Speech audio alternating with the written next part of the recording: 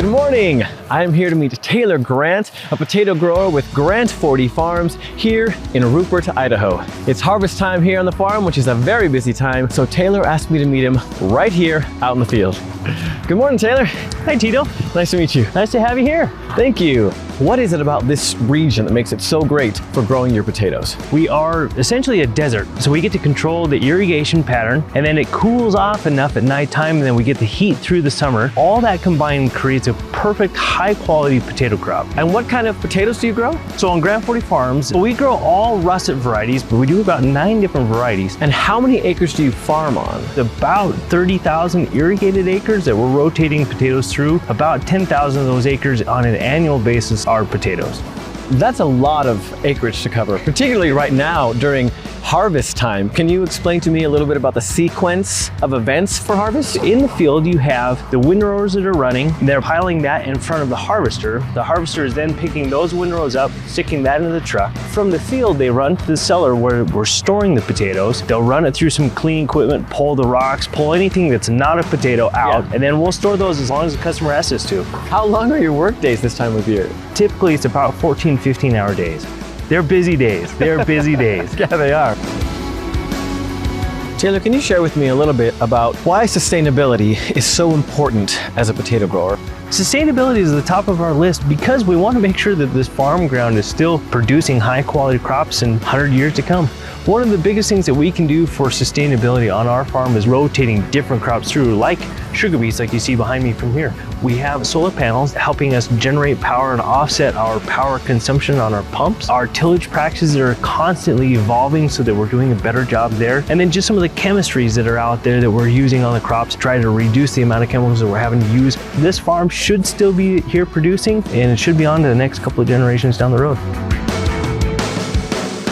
What family members currently work on the farm? As of right now, today, it's my dad and myself currently managing the farm. And when did you start working on the farm? I came back in 2013, was living in Seattle, got married, asked my wife if she wanted to be on the farm or in Seattle. She said, let's move to the farm. A week later in 2013, we were on combine. So 9 years you've been working on the farm. Yep, I can't believe it's been that long. Who's responsible for all of the growth? It's grown about 15% year over year. A lot of that growth can be attributed to Dad and his vision of what the company was going to be down the road. And then there's been a lot of contribution from the family members, a lot of other people who've been with us throughout the years that have also contributed to the growth and expansion of the farm. Hey! Hey, Hi, I'm Tito.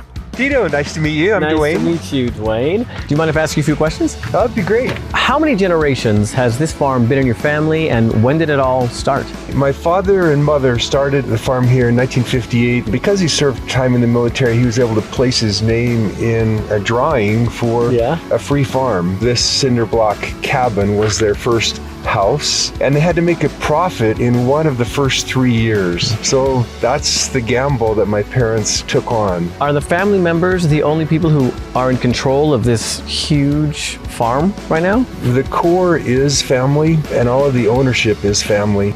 We've got a tremendous crew that many of them are 25, 30 years employed here with us. We really view them as family as well. We also have a 7-person board of directors, just one of which is family. The other 6 are made up of professionals who've agreed to serve as the governing board for our operation.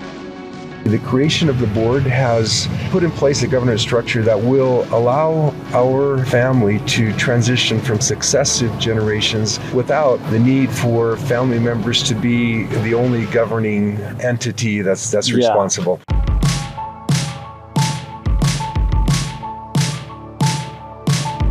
From what I've seen so far, your farm seems pretty progressive. Can you talk to me a little bit about the technology that you're using to enhance the quality and consistency of your crops? Like this, for instance, what is this machine? This is a moisture sensor setup. We've got 4 moisture sensors, different depths, so we can understand the whole profile of what the moisture is doing through the profile of the crop. It's also got this rain gauge back here that's picking up any sort of irrigation water, or if it rains here in Idaho, then we'll get the rain. Then it's beaming all of that to the cloud. And so from that, we know exactly where the moisture is in the field. We can manage to that. It just gives you another data point that you can understand what's happening in the field. Even if I'm on the other side of the world, I can see what's happening in my field here.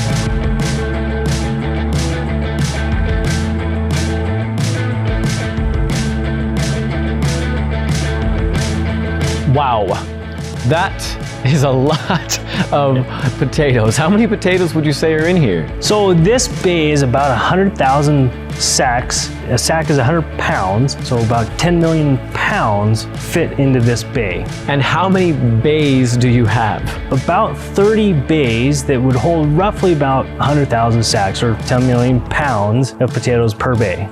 And so once they are stored here, where do they go after? They'll go either to the processors, they'll wash them and they'll slice them up, make them into French fries, hash browns. The other place they would go would be the fresh pack market. So they would go from here to a packing facility, they'll wash them and they'll bag them or box them and then put those on pallets and ship them off to the customers, the grocery stores. Depends on the customer, but that's the process really between the two.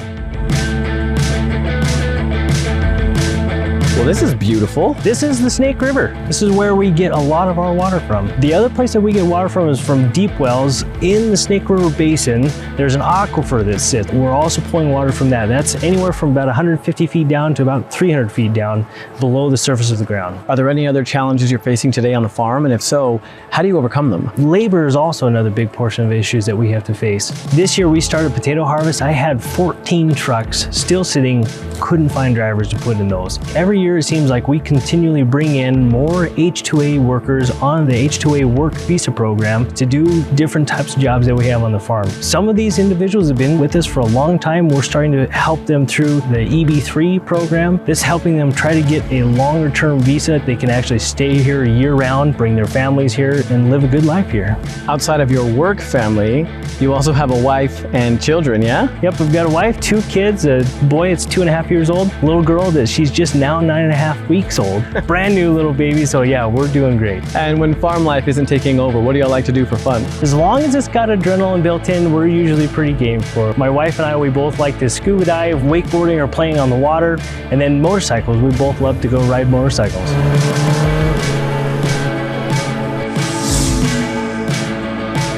Well, Taylor, it's been a pleasure. Thank you so much for spending the day with me and showing me around. I learned so much. Really appreciate having you here. Thanks. Take care.